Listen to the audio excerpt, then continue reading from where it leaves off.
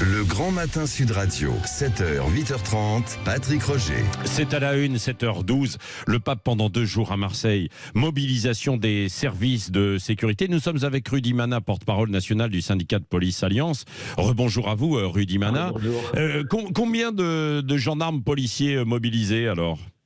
Plusieurs milliers, aux alentours de 4500, 5000 policiers et gendarmes, au dispositif absolument stratosphérique qu'on n'avait jamais vu sur Marseille. En même temps, c'est la première visite du pape à Marseille et il est normal que nous essayions de faire le maximum pour que cette visite se passe dans les meilleures conditions. Oui, parce qu'on disait quasiment un flic, pardon pour l'expression, mais un flic derrière chaque arbre. C'est à peu près ça.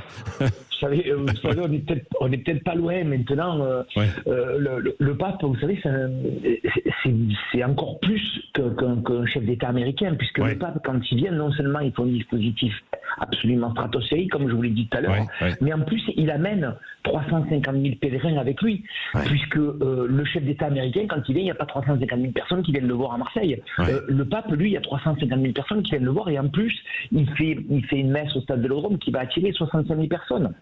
Donc tout ça, c'est un dispositif absolument gigantesque auquel il faut que les policiers soient préparés. Qu'est-ce que l'on craint, qu'est-ce que l'on peut craindre, quoi, à l'occasion de cette venue du pape, qui correspond aussi, il y avait France-Namibie au Vélodrome hier, c'est-à-dire les forces de l'ordre qui étaient déjà particulièrement sollicitées, quoi. Tout à fait, vous savez, tous les policiers marseillais ont été rappelés sur leur repos, tous les congés ont été annulés, il y a des renforts qui viennent de toute la France, de toute la région sud. Il est évident que les policiers sont mis à contribution de manière exceptionnelle. Maintenant, vous savez, on savait depuis longtemps que le pape venait à Marseille. Nous, les policiers, on a vraiment envie que ça se passe bien. Bon, ça tombe en l'occurrence en même temps que la Coupe du Monde de rugby. Ça tombe en même temps que la Foire Exposition de Marseille également, qui a eu la bonne idée d'ouvrir aujourd'hui.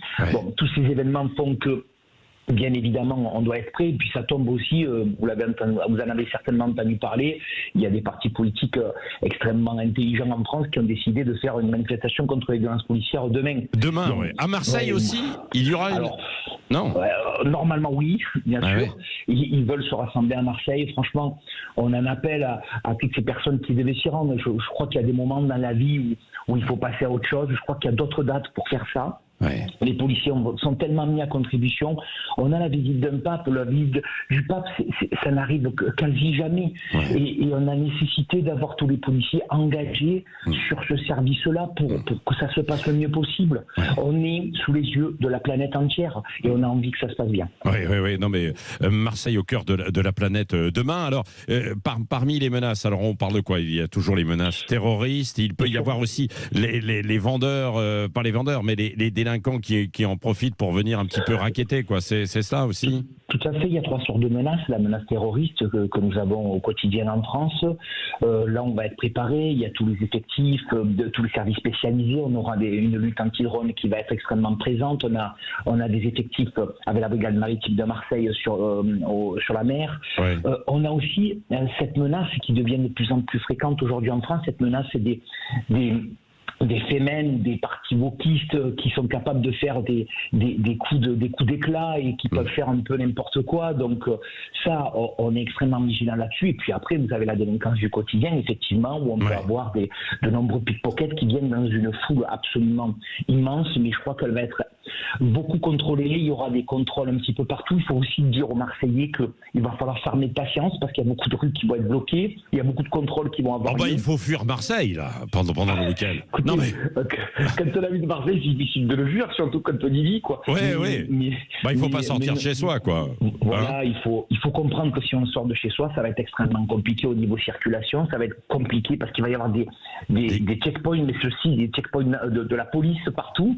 Et puis on va vérifier, et puis on va contrôler. Et puis c'est bien normal. C'est pour ça qu'il faut dire aux Marseillais vraiment de s'armer de patience et de comprendre que c'est pas les policiers qui sont là pour emmerder les gens, c'est les policiers qui sont là pour qu'un événement majeur se passe correctement. Non, bien sûr. Alors, il a été question à un moment donné d'une visite dans les quartiers nord pour le pape.